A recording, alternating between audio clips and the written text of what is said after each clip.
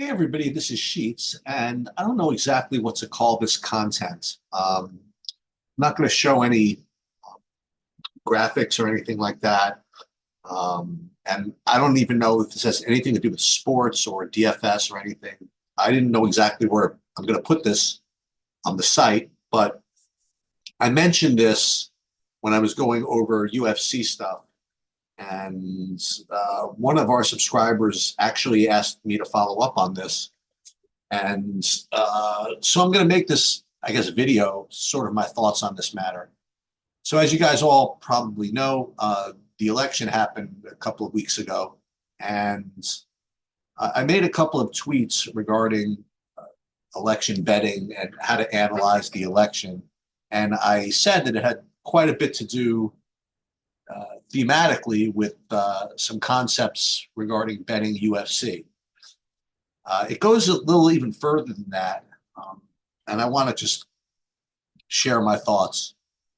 If anybody gets anything out of this, great. If not, I've just kind of spewed. But I think about this stuff a lot.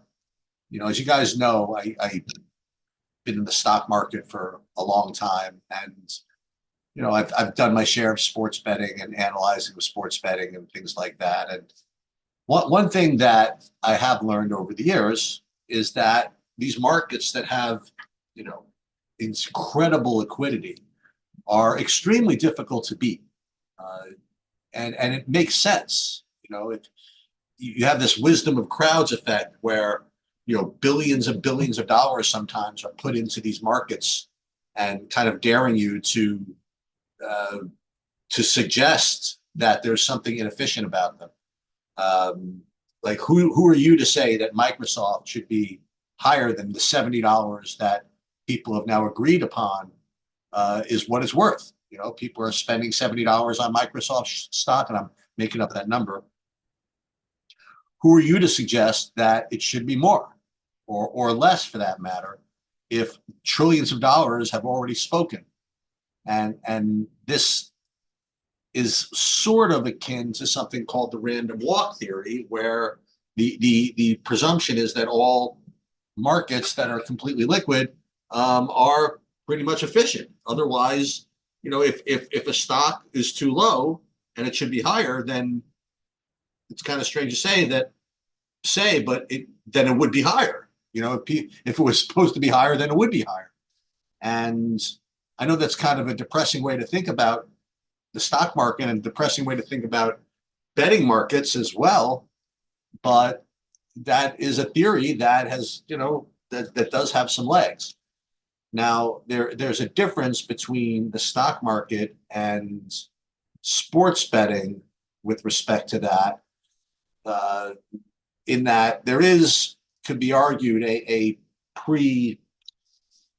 preloaded bias for things to go higher over the long run, just because with inflation and more money being put into the market in general, and people getting their 401ks, that's got to go somewhere, that there is some inherent bias towards the upside. But it's not like that in sports betting, right? If a favorite is through the betting markets, -6.5 or -250 in the money line, there's no predetermined or preloaded bias that it should be higher or lower. That's so in the betting markets, you could even say it's more likely that it's an efficient market than even the stock market. But so is all hope lost, right? Can you not ever bet ever if you're going to presume that the market is somewhat efficient? Um, some people believe that that's the case. What I believe is that the the price is what it is. In other words, the public has agreed on a price, but the question is, how much of that price is being driven by actual data and actual, stuff, and how much is being driven by narrative stream, and how much is being driven by sentiment, psychology, and things that really don't have too much to do with the stock or or the bet or whatever. And I've always believed that while it's extraordinarily difficult to out analyze the wisdom of crowds and out analyze the trillions of dollars of liquidity in these types of betting markets, uh, it is possible to at least get a sense for what part of a line is attributable, or that some part of a line is attributable to storytelling as opposed to the actual reality. And we'll give the stock market example, and we're going to get back to the election in a minute. Okay. We'll do the stock market example first. I mean, typically, what I like to say is if there's a stock that has a very easy story to tell, such that you can explain to your 5-year-old why it's supposed to go up, then it's probably a short. What I mean is that the easy story to tell vig is something that always gets priced into some of these stocks. That is, it's kind of phantom. You know, that's the type of thing that makes a stock overvalued. And likewise, if a stock is just the story behind it is so brutal that it's the short side of it is really easy to tell, then it's more likely, all else being equal, kind of a buy, because that type of sentiment is more phantom. Now, as you anybody that's been to the stock market will know, sentiment can go on for a long time. You know, so just playing it this way doesn't make that easy. But the point is that if you can at least train your brain to think about prices in that way, I think that you're going to get somewhere. And when it comes to sports betting, it's similar in that if some team is just has an incredibly good performance in their last outing, it's only natural for the public to be drawn to that. The recency bias is a real thing, and if a team that just really just had a ceiling performance shows up in the next game at a certain price, I think it's logical to assume that price is probably a little bit overvalued. How much? I don't know. And when it comes to sports betting, I think again that a lot of what goes into the money that gets piled in is predicated on narrative and storytelling and things like that. And so if you could at least get a handle on, at least directionally, what side that's on and fade that, you're probably doing pretty well. So what does this all have to do with the election? Certainly, what does all this have to do with UFC? Well, let's start with UFC first. UFC, what I've learned or continue to learn throughout the last couple of years, it's a sport which is particularly driven by this type of analysis. In UFC, you have a fighter versus a fighter, and they're going after each other, trying to kill each other, so to speak. And in a battle where you're trying to kill each other, so to speak, there's always quite a bit of chaos. These people are trained in mixed martial arts. They have a lot of different skill sets, and then the emotions come in, and they just go crazy. And in a sport, though, that's ripe with chaos, curiously, the betting markets are such that the more people talk about these fights, the more they get really settled in on an outcome, and not only an outcome, but a method of outcome. In other words, A is going to win if this happens, or B is going to win if that happens, and it's to an incredible extreme in UFC betting analysis. So when I kind of do my kind of funny, contrarian betting breakdowns for UFC, we start by discussing what's the easy story to tell. And once you figure out the easy story to tell, then you know that that's what's overvalued, because that's just the way people are. Human beings love to tell a story and to be able to tell a story. So anything that's conducive to that natural instinct is going to be piled on and probably overvalued. Okay, so what does all this have to do with the election? What does this all have to do with the way they combine? All right, so let's start with the election, I guess. So in 2020, uh, which really represents, well, at most the only time people have bet the election, but at most, well, probably the first time people bet the election, or at most the second time, because there were people that got into the betting markets in 2016. So let's go back to 2016 and talk about that. So what happened in 2016 was that Hillary Clinton was well known to be the favorite in that election, and Trump overcame all of the polls and all of that and won in a very surprising result. And not surprising statistically. I mean, he was only what 8-5 underdog or whatever it was, or 2-1 underdog. But in election speak, that's a huge underdog, right? So between 2016 and 2020, people just were kind of convinced that that was going to happen in 2020. People underestimated Trump in 2016. They underestimated the Trump vote. And so when it came to 2020, the story that everybody was telling was that I don't care what the polls say, okay? Trump has unlimited upside from those projections. And, we should be, really siding on the Trump side. Now, forget who won. But what did happen was in 2020, about an hour or two after results got started to come in, there were results that came in from Trump states that were just essentially what people expected anyway. But for whatever reason, in the futures bet or in the betting markets, Trump just went crazy. He went from basically a pick 'em to Biden, or maybe a 2-1 underdog, to almost like a 4-1 favorite. And in part because people were afraid they had driven this narrative that Trump had all this upside volatility.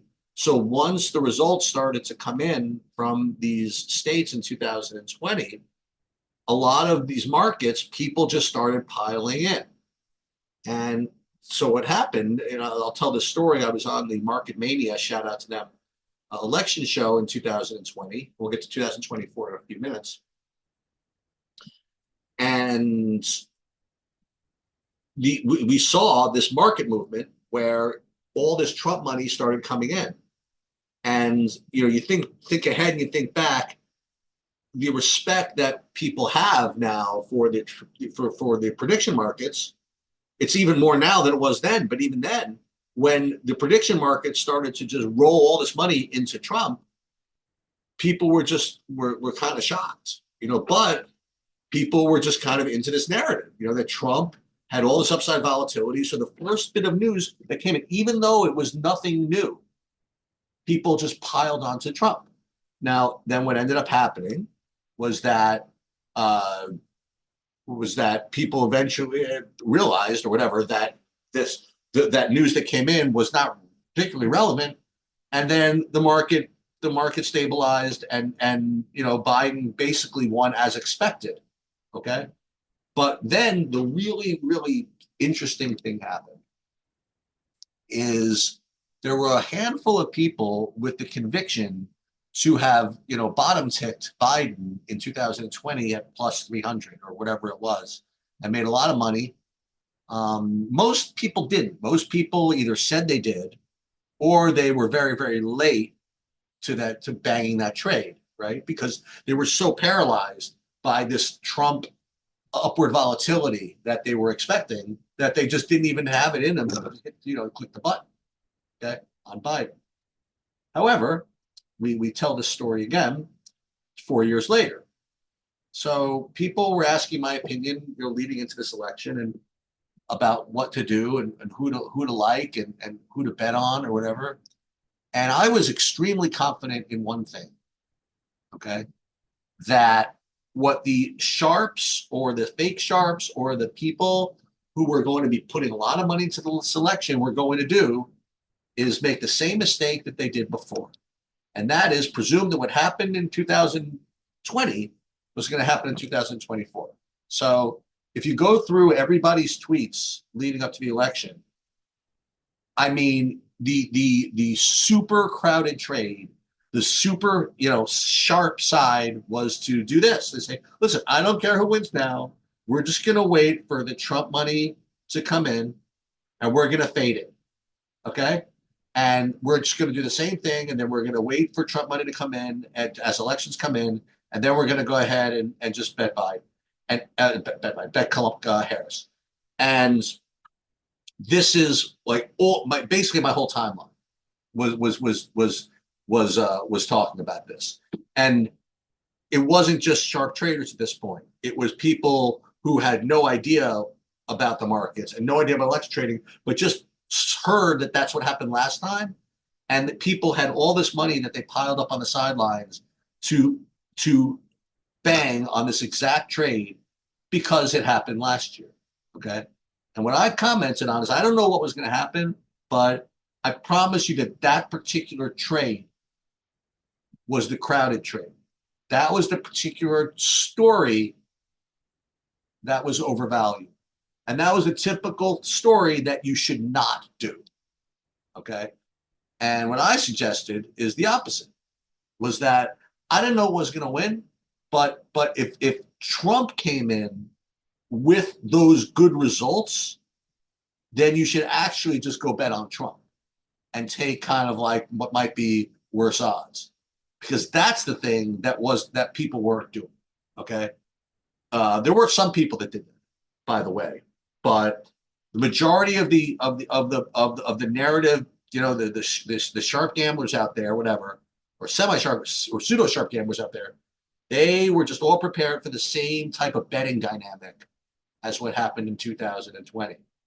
And we know what happened now, right? I know it's easy to say now, but it's not that I'm saying it now. I did say it leading up to it. And again, I didn't know it was going to happen that way, but I know that that was the overvalued trade.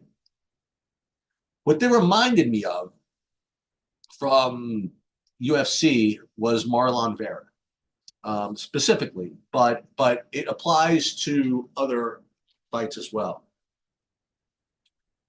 So Marlon Vera became known as somebody who was a slow starter. Okay, that he would either take the first round off or whatever it was, and then he would, do much better in the second and third round. And the thing about stories like that is that they're not bad until everybody's telling them. Okay, and once everybody's telling them, then that story becomes overvalued. So what I started to do in some of his more recent fights was recommend the opposite, because what people were saying about Marlon Vera leading up into the fight against Corey Sandhagen, and also the fight against what's his name, Sean O'Malley, was they would say, we're just going to wait. We're not going to bet him pre-flop. We're going to bet him live. We're going to wait till the end of the first round, and then we're going to bet him in the live markets. But the thing is that everybody knows that.